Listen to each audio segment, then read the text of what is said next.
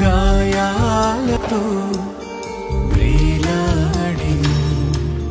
సిలువలో కల్వరిపై దేవుని కుమారుడు ఇదిగో మన రక్షకుడేసు ప్రభువు తన దేహమంతా గాయా